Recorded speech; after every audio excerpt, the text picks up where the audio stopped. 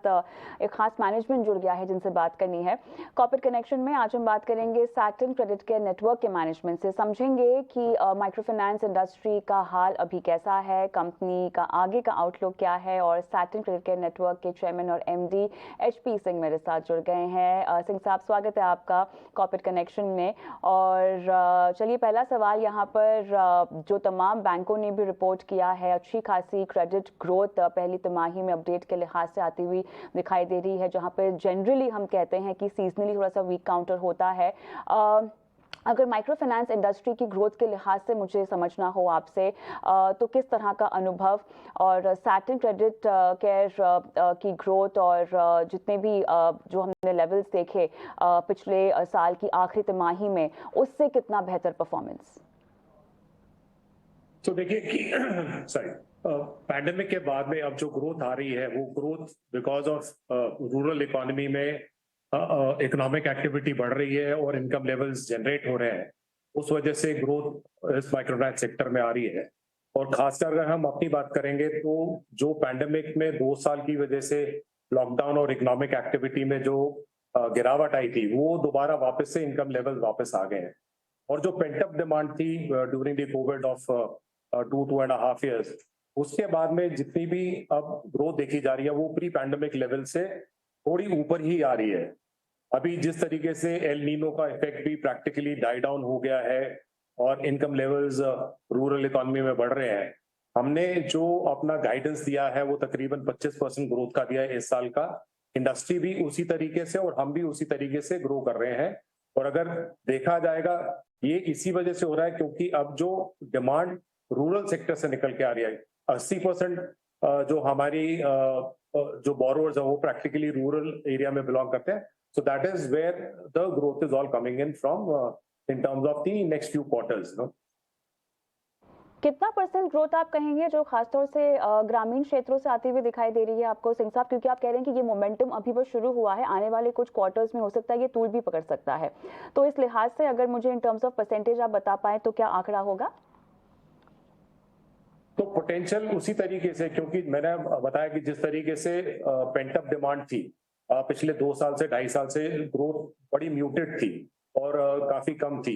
उस बेसिस पे देखते हुए अब जब इनकम लेवल बढ़ रहे हैं, कारोबार बढ़ रहा है रूरल स्पेस में, और प्रैक्टिकली जिस तरीके से एग्रीकल्चर और अलाइड एक्टिविटीज के अंदर प्रैक्टिकली ठीक हो रहा है, उसी के बेसिस के ऊपर जो ग्रोथ आनी है वो ग्रोथ अगले फ्यू क्वार्टर्स में आएगी।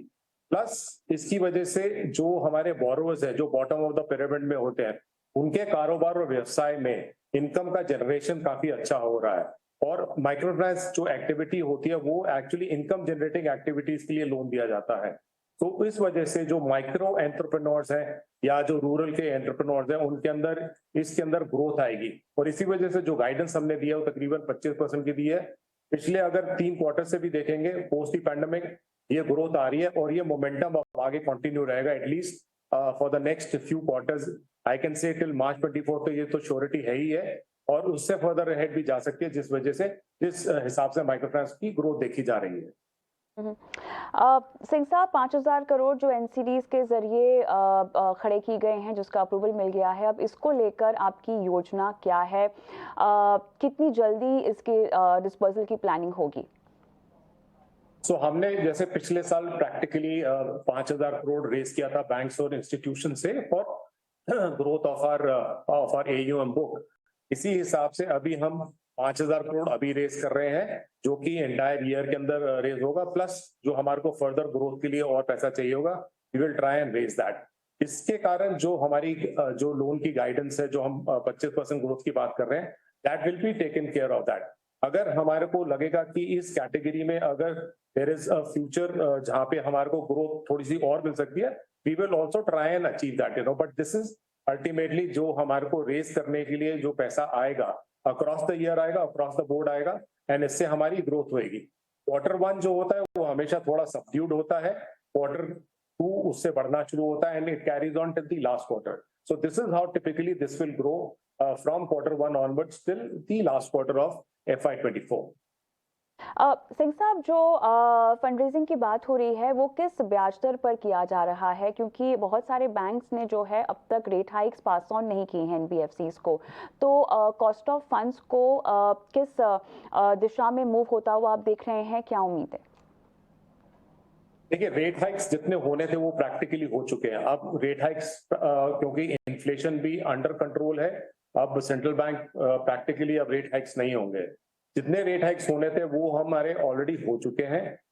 वी फील कि आगे रेट हाइक्स नहीं होंगे। इनफैक्ट जो हमारी सोच है, जिस तरीके से ग्रोथ आ रही है, जिस तरीके से ये व्यवसाय बढ़ रहे हैं और जिस तरीके से बॉटम ऑफ द पिरामिड जो है इसके अंदर हम और फर्दर ग्रोथ देखना चाहते हैं, there will not be any साहब, further लेकिन rate क्या hikes. बैंकों ने ये रेट हाइक्स एनबीएफसीज को पास ऑन कर दी है पूरी तरह से?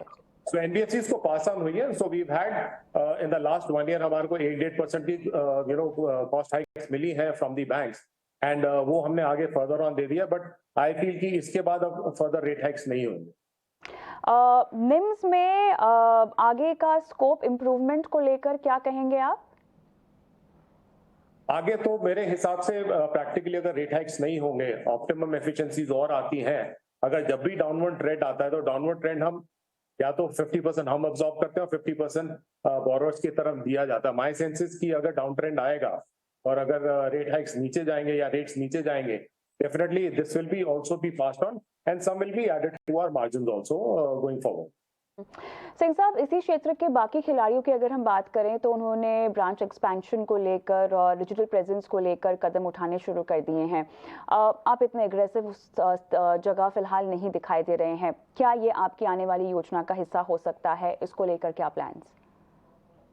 हम जो ग्रोथ करते हैं वो प्रैक्टिकली इंक्रीज ब्रांचेस से करते हैं, प्लस जो हमारी एग्जिस्टिंग ज्योग्राफीज होती हैं उसके अंदर हम और ज्यादा अपने डिस्ट्रिक्ट्स को बढ़ा लेते हैं जहां पे हम प्रेजेंट होते हैं। जो हमारी ग्रोथ गाइडेंस है वो ग्रोथ गाइडेंस के दोनों पार्ट हैं। दोनों पार्ट में हम एग्जिस्टिंग ज्योग्राफीज में और ज्यादा डिस्ट्रिक्ट्स में पेनिट्रेट करेंगे, प्लस हमारी जो नई ब्रांचेस खोलेंगी वो नई डिस्ट्रिक्ट्स के ऊपर और पेनिट्रेट करेंगी एंड उसके कारण हमारी जो ग्रोथ की गाइडेंस है वो फुलफिल होगी, वो पूरी होगी उससे। सिंह साहब, एमएफआई स्पेस की मैं बात करूं तो यहाँ पर काफ़ी अट्रैक्टिव ग्रोथ प्रोस्पेक्ट्स और यील्ड्स दिखाई दे रही है। क्या आपको ऐसा लगता है कि इस क्षेत्र में कंपटीशन थोड़ा सा और इंटेंस हो जाएगा, खासतौर से फिनटेक्स की ओर से? और अगर ऐसा है तो इसको लेकर मार्केट शेयर बढ़ाने में आपकी रणनीति क्या होगी? जी देखिए, एक चीज वो बड़ी क्लियर है, माइक्रो फाइनेंस की जो कंपनियां हैं, एनबीएफसी एमएफआई जो कहलाती हैं, उनका जो आउटरीच है, जिस तरीके से हम लोग प्रेजेंट है वेरियस डिस्ट्रिक्ट्स, गांव और एरियाज में, वो आउटरीच किसी और इंस्टीट्यूशन के पास इस तरीके से नहीं है। अगर हम अपनी बात करेंगे, हम आज की डेट में 1 लाख गांव में प्रेजेंट है अक्रॉस इंडिया। जो हमारा आउटरीच है उसके कारण जो कंपटीशन है वो practically competition is not something जिसके कारण हमारे को कोई दिक्कत या हम लगता है कि हमारा शेयर डाउन जाएगा। इनफैक्ट अगर आप पीछे से देखेंगे, जो एनबीएफसी एमएफआई का शेयर है बैंकों के साथ और स्मॉल फाइनेंस बैंक के साथ में इक्विवेलेंट वो बढ़ा ही है, कम नहीं हुआ है। My sense is the competition is good, but it is not something जिसके कारण हमारी ग्रोथ के अंदर कोई प्रॉब्लम होगी या सेक्टर की ग्रोथ में कोई प्रॉब्लम आने वाली। एमएसएमई की बात करते हैं, ये क्षेत्र थोड़ा सा देखा गया है कि अनडिजर्व रहा है, लेकिन पोटेंशियल यहाँ पर जो है वो बेहतरीन है। एमएसएमई पोर्टफोलियो की अगर मैं 2 से 3 साल में तस्वीर समझना चाहूँ तो किस तरह उभरती हुई दिखाई दे रही है आपको? किस तरह गढ़ती हुई और मजबूती से दिखाई दे रही है? जो हमारी एमएसएमई जो हम लेंडिंग करते हैं, वो लेंडिंग हम प्रैक्टिकली जो एक बोरोवर जिसने माइक्रो फाइनेंस का लोन लिया होता है जो तकरीबन 40-50 हजार का होता है, जब उसको अपनी बिजनेस ग्रोथ के लिए फर्दर लोन चाहिए होता है तो हम उसको तकरीबन 1 से 1.5 लाख और 2 लाख के करीब उसको एमएसएमई का लोन देते हैं। ये जो जनरेट करता है, ये प्रैक्टिकली जनरेट करता है जो माइक्रो एमएसएमई बोरोवर है रूरल स्पेस में, उसकी नीड्स को फुलफिल करता है। अगर आप देखेंगे, इस नीड को फुलफिल करने के लिए अभी तक बैंक्स भी काफी पीछे रहे हैं और इनफैक्ट जो स्मॉल फाइनेंस बैंक भी है वो क्योंकि माइक्रो फाइनेंस से धीरे धीरे अपने आप को कम करते जा रहे हैं। हमारे लिए बहुत बड़ी अपॉर्चुनिटी है एमएसएमई को और बढ़ाने के लिए। एंड स्पेसिफिकली जिस तरीके से मैंने बताया कि ये माइक्रो एंटरप्रेन्योर जो गांव में है, विलेजेस में है, उनके लिए जो फर्दर उनको अगर हायर टिकट साइज या हायर लोन अमाउंट चाहिए होता है वो हम प्रोवाइड कर रहे हैं through our MSME portfolio, basically जो हमारी सब्सिडरी कंपनी से है। ही सवाल सिंह साहब, तमाम अधिकतर लेंडर्स के लिए एमएफआई बुक्स को जो है वो क्लीन कर दिया गया है, एसेट क्वालिटी में भी इम्प्रूवमेंट है, लेकिन अगर हम जोखिम को कंसिडर करना चाहें इनके बोरोवर्स की इस पूरे स्पेस में, तो किस तरह से एसेट क्वालिटी लेवल्स को मेंटेन करने पर आपका तवज्जो है, किस तरह से तमाम मेजर्स को लिया गया है और सुनिश्चित किया गया है कि यहाँ पे कॉम्प्रोमाइज अब ना हो? देखिए, पैंडेमिक एक पर्टिकुलर स्वान इवेंट था, ब्लैक स्वान इवेंट जिसको बोलते हैं। उसके अंदर हमारे जो जीएनपीए लेवल वो तकरीबन 8% तक चले गए थे। परंतु उसके बाद जैसे जैसे मैंने बोला कि व्यवसाय वापस आए, इकोनॉमिक एक्टिविटी वापस आए, इनकम लेवल्स ठीक हुए, तो इसके कारण जो हमारे जीएनपीए अब है वो तकरीबन 3% के आसपास पहुंच गए हैं। हम जो अंडर राइटिंग करते हैं, जिस तरीके से क्रेडिट कॉस्ट और अपने रिस्क को देखते हैं, उसके अंदर हम बहुत स्कोर कार्ड्स और बहुत सारी अंडर राइटिंग जिसको कहते हैं पैरामीटर्स लगाते हैं। उसके कारण हमारी जो एक्चुअली में आपकी जो क्रेडिट कॉस्ट है या जो हमारा जीएनपी है वो इस लेवल से बल्कि बेहतर ही होगा। जितना प्रॉब्लम था, जो भी था, because of loss of activities as well as जो लॉकडाउन हुए हैं वो पैंडेमिक के टाइम के थे। उसके बाद में GNPA levels and asset quality is going to be positive only going forward ahead. और राइट सिंह साहब, बहुत बहुत धन्यवाद, समय निकाला और इतने विस्तार से कंपनी की तमाम योजना आज हमारे साथ साझा की। चलिए एक बार फिर से हम जुड़ते हैं हमारे आज के एक्सपर्ट के साथ। आशीष महेश्वरी मेरे साथ जुड़े हुए हैं। तो आशीष, सैटिन क्रेडिट केयर नेटवर्क से बातचीत हो रही थी, तमाम बातें और उनकी योजनाएं आपने भी सुनी।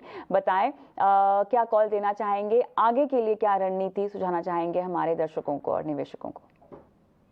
देखिए, मेरा मानना है जो स्टॉक है उसमें काफी वैल्यू है अभी भी, क्योंकि सिर्फ यदि वो कंपनी का मार्केट कैप देखे तो सिर्फ 1500 करोड़ का है और लास्ट ईयर का मुनाफा जो बढ़ा था, अब देखिए 40 करोड़ से बढ़ के करीब 264 करोड़ का मुनाफा हो गया। तो अभी भी स्टॉक जो है, मार्केट प्राइस जो है वो अभी भी बुक वैल्यू के नीचे स्टॉक मिल रहा है। इसके अलावा जो उनका मेजर बेस है यूपी बिहार, वहां पे उनकी काफी जो स्ट्रॉन्ग प्रेजेंस है और पिछले 1 साल में जो एनपीए में उन्होंने बेहतरीन कमी की है, जो 8% से 3% एनपीए हो गए, ये भी काफी पॉजिटिव है। तो मुझे लगता है ये सेक्टर एक प्रॉक्सी प्ले है इंडियन इकोनॉमी और इंडियन क्रेडिट ग्रोथ का, और 25% की ग्रोथ का जैसा मैनेजमेंट का एस्टिमेट है वो काफी अचीवेबल मुझे नजर आता है। और मेरी सलाह स्टॉक में बाय करने की रहेगी और अगले 1 साल का लक्ष्य स्टॉक में 250 रुपए से ज्यादा का पॉसिबल है। बने रहे और 250 तक के लेवल्स की उम्मीद है सैटिन क्रेडिट केयर नेटवर्क में। बहुत बहुत धन्यवाद आशीष, समय निकाला और दर्शकों का आपने मार्गदर्शन किया।